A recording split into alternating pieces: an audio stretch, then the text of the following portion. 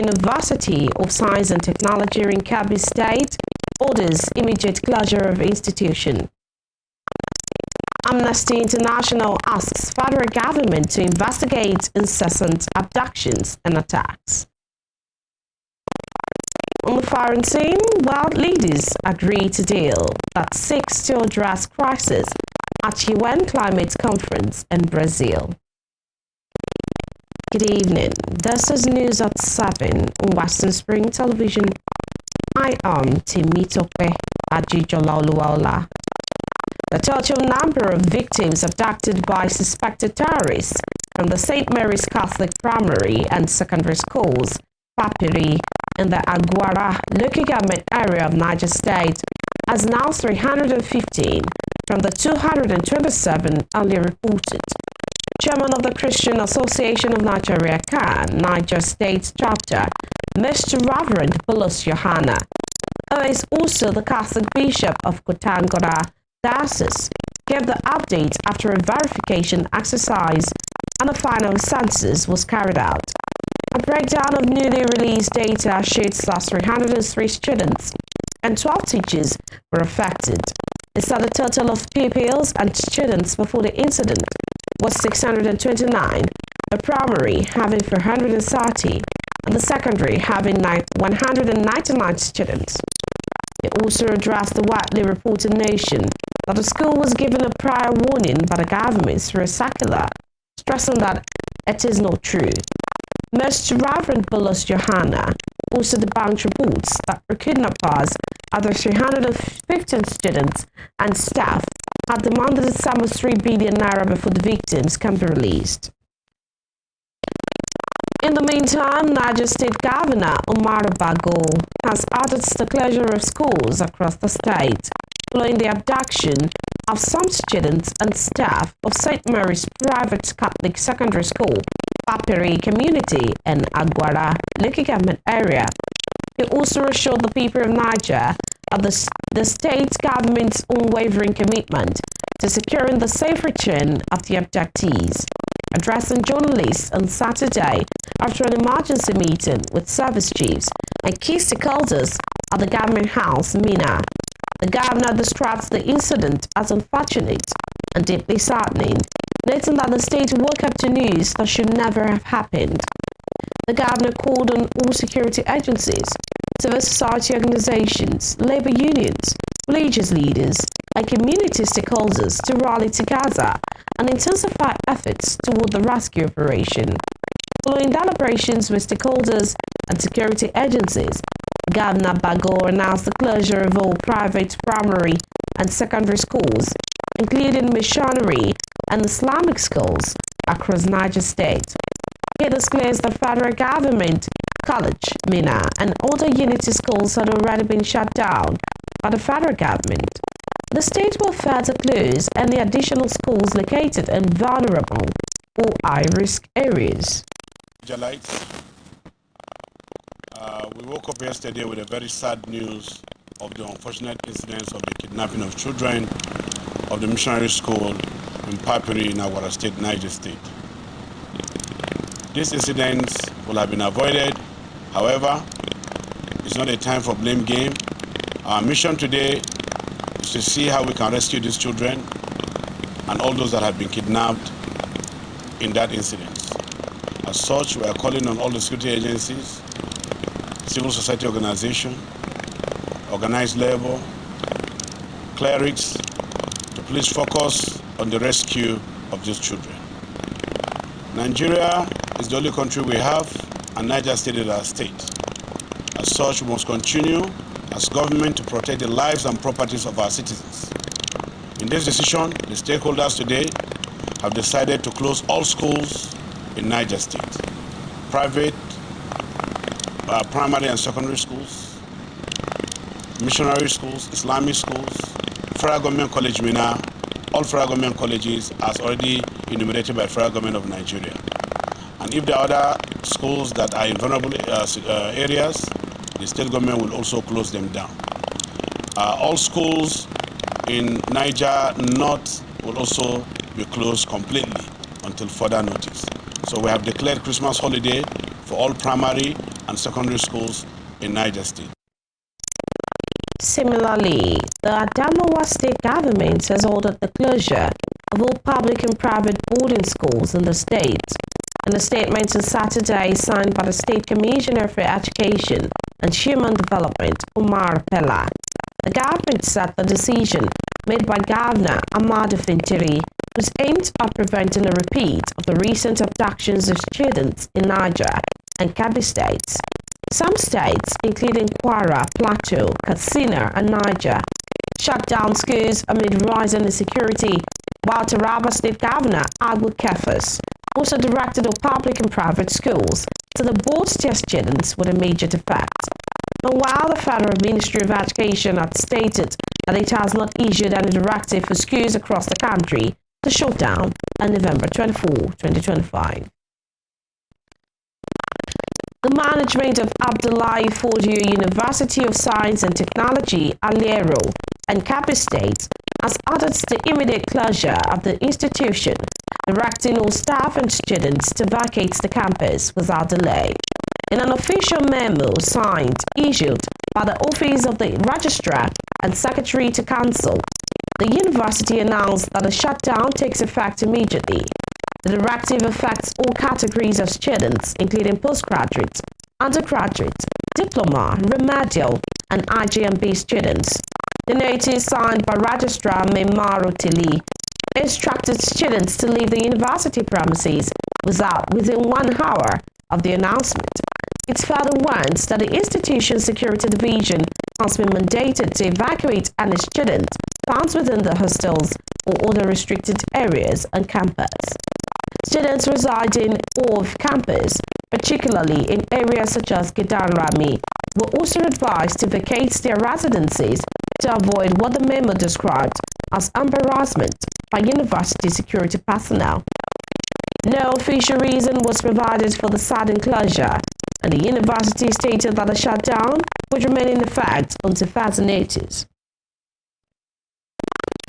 Management of the Ogun State-owned Tai Sholari University of Education, Ijagun, has dismissed a viral social media report claiming that the institution had been shut down following an alleged invasion of Ijebode by bandits. This was contained in a statement issued by the Registrar and Secretary to Council, Dakwoke, describing the circulating report as malicious, misleading, and targeted at causing unnecessary panic within the university community and across the state. Reports had alleged that the university instructed students to vacate their hostels due to a supposed security breach in Ijebode.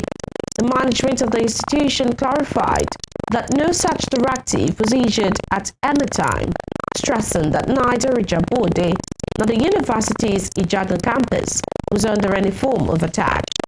He assured students, staff, parents, alumni, and the general public that academic and administrative activities were running smoothly, adding that the welfare and safety of students remains the institution's top priority. Global human rights organization Amnesty International has lent its voice against a series of attacks sweeping across Nigeria. In a statement on Saturday, the organization described the attacks, especially those on the abduction of students in the northern region of the country, as the Nigerian government not doing enough to protect the lives and guarantee the safety of its younger generation. The reactions came after the Christian Association of Nigeria, CAN, confirmed the abduction of 315 students and staff members of the St. Mary's Catholic Primary and Secondary Schools, Papiri, in the Agwara local government area of Niger State. The humanitarian organization said some teachers in Zamfara, Katsina, and Niger States informed it that insecurity has drastically reduced school attendance since 2021, as children are afraid of attending schools even when forced by their parents. It added that underage girls are having their education terminated as they are increasingly married up in the name of shielding them from possible abduction at schools. Amnesty International urged the Nigerian government to investigate the attacks as war crimes and crimes against humanity.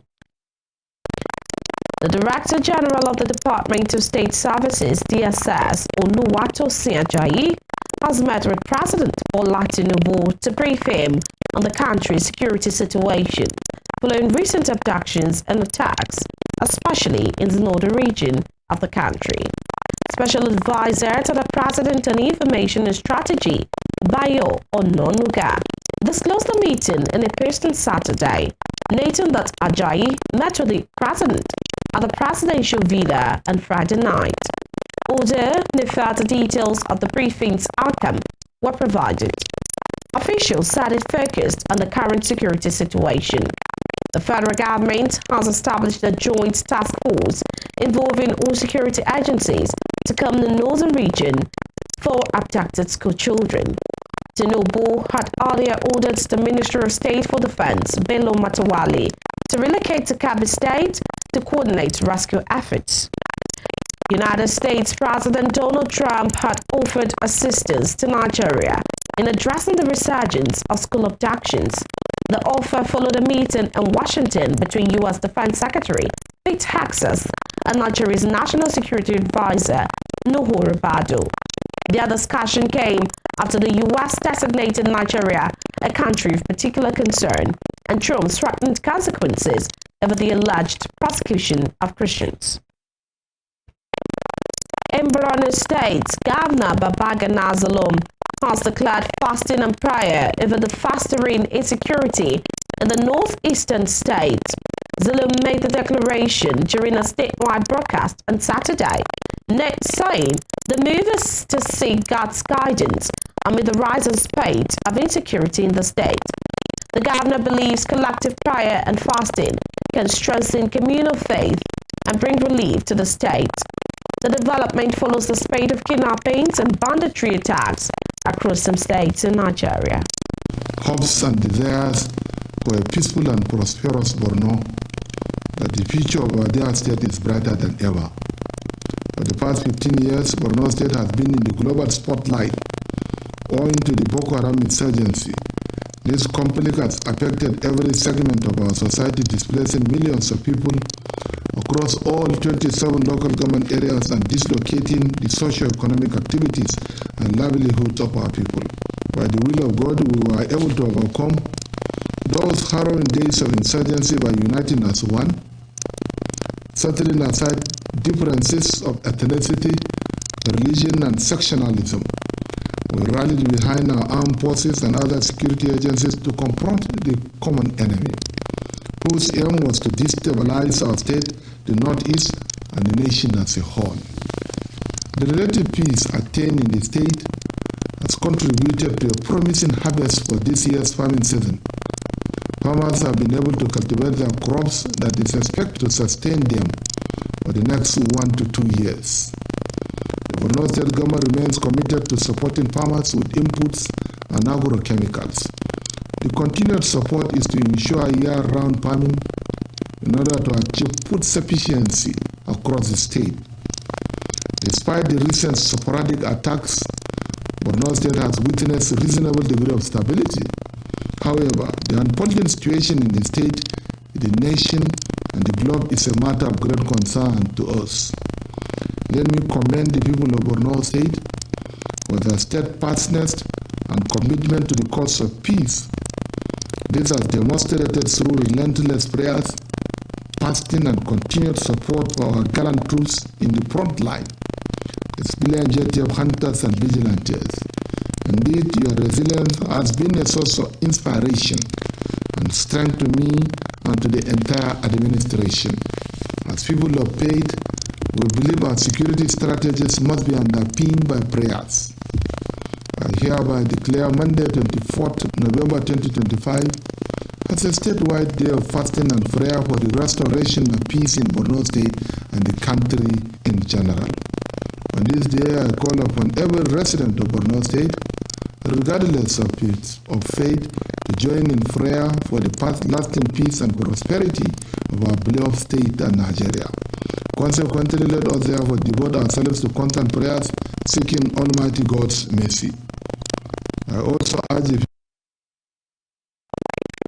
away from that, 3 persons have been confirmed dead in a gas explosion that rocked the Biodun and Ladun area of Onwara local government area of Ibadan, the Oyo State capital, on Friday night. Although unconfirmed reports said many lives were lost in the explosion, the Oyo State Fire Service team, led by the General Manager, Akinyinka Akinyemi, who was among the first responders to the scene, confirmed 3 casualties. Reports indicated that the explosion occurred while a tanker was discharging gas into a retail outlet. The casualties were said to include the owner of the gas shop and others who were nearby at the time of the incident. Akinyinka said normalcy has since returned to the area as those affected have been evacuated. In other news, Abia State Governor Alex Oti says the judgment handed down on the leader of the indigenous people of Biafra on Thursday is not yet the end of the road, assuring Abians that he has activated and will continue to work on his freedom. Earlier in October, Oti said governors of the Southeast are in discussions with the federal government over Kanu's release. In a statement personally signed and released on Saturday, Oti recalled Federal High Court sitting in Abuja found Nnamdi Kanu guilty of terrorism-related offences and subsequently sentenced him to life imprisonment, adding that without doubt, the development has broken a lot of the people and created an atmosphere of shock and sorrow in Abia and beyond. Oti expressed a strong belief that the poor management of the IPOB issue at the incubation stage created a problem. He assured of his unwavering resolve and commitment to genuinely solving the problem with wisdom, high-level dialogue and diplomacy, with a view to ensuring that genuine peace returns to the Southeast. In another development, the 2023 Labour Party presidential candidate, Peter Obi, has criticized the federal government's handling of Nnamdi Kanu's case, insisting that dialogue remains the only viable path to peace. Obi stated this in an X-post on Saturday, warning that Kanu's conviction could worsen national tension. The former Anambra governor lamented that the development came at a time when Nigerians face severe economic hardship, insecurity, and the consequences of poor governance. Obi stated that the government mishandled the case from the outset and failed to explore peaceful means to resolve it. He urged national leaders to prioritize reconciliation and called on the presidency, the Council of State, and respected statesmen to intervene and seek a political solution. Still to come, the National Secretary of the All Progressives Congress, Ajibola Bashir, has withdrawn from the race for the party's ticket ahead of the 2026 governorship election in Osun State. We'll bring you more of this when we return. Stay with us.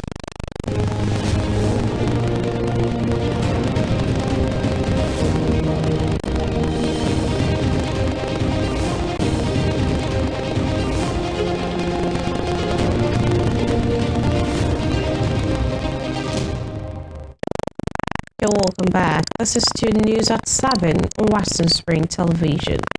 A reminder of our headlines.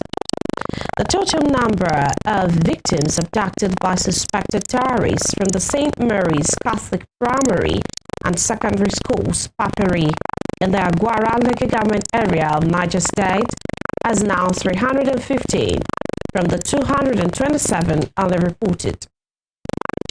The management of Abdullahi Fodio University of Science and Technology, Alero, in Kebbi State, has added the immediate closure of the institution, directing all staff and students to vacate the campus without delay. Global human rights organization Amnesty International has lent its voice against a series of attacks sweeping across Nigeria. And on the foreign scene, world leaders have agreed to a deal at the United Nations Climate Conference in Brazil that seeks to address the crisis. But the agreement does not include any mention of phasing out the fossil fuels driving climate change. The National Secretary of the All Progressives Congress, Ajibola Bashir, has withdrawn from the race for the party's ticket ahead of the 2026 governorship election in Osho State.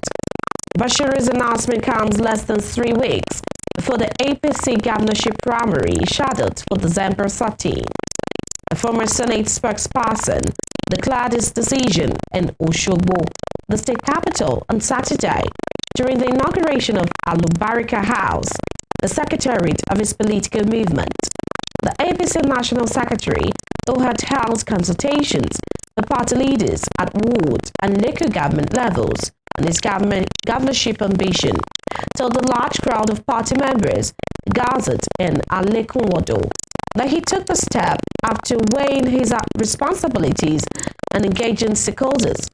Bashir stressed that stepping down from the race does not signify a withdrawal from the sharp progressive visions in any way, adding that it was instead a renewed pledge to deepen his commitment to continue working with leaders and all members of the Alubarika movement and the APC in Osho State. Some of the aspirants hoping to be the flag bearer of the party include former managing director of the National Inland Waterways Authority, Bola Oyebamiji, former Senate Committee Chairman on Rules and Business, Senator Babajide Omoworare, former Deputy Governor, Senator Iyola Omishore, and lawyer Dr. Babayemi. Others are former Deputy Governor Benedict Alabi, the Chairman Mutual Assurance Benefits, Akin Ogubi, and legal practitioner Kunle Adegoke. On a foreign scene, world leaders have agreed to a deal at the United Nations Climate Conference in Brazil that seeks to address the crisis, but the agreement does not include any mention of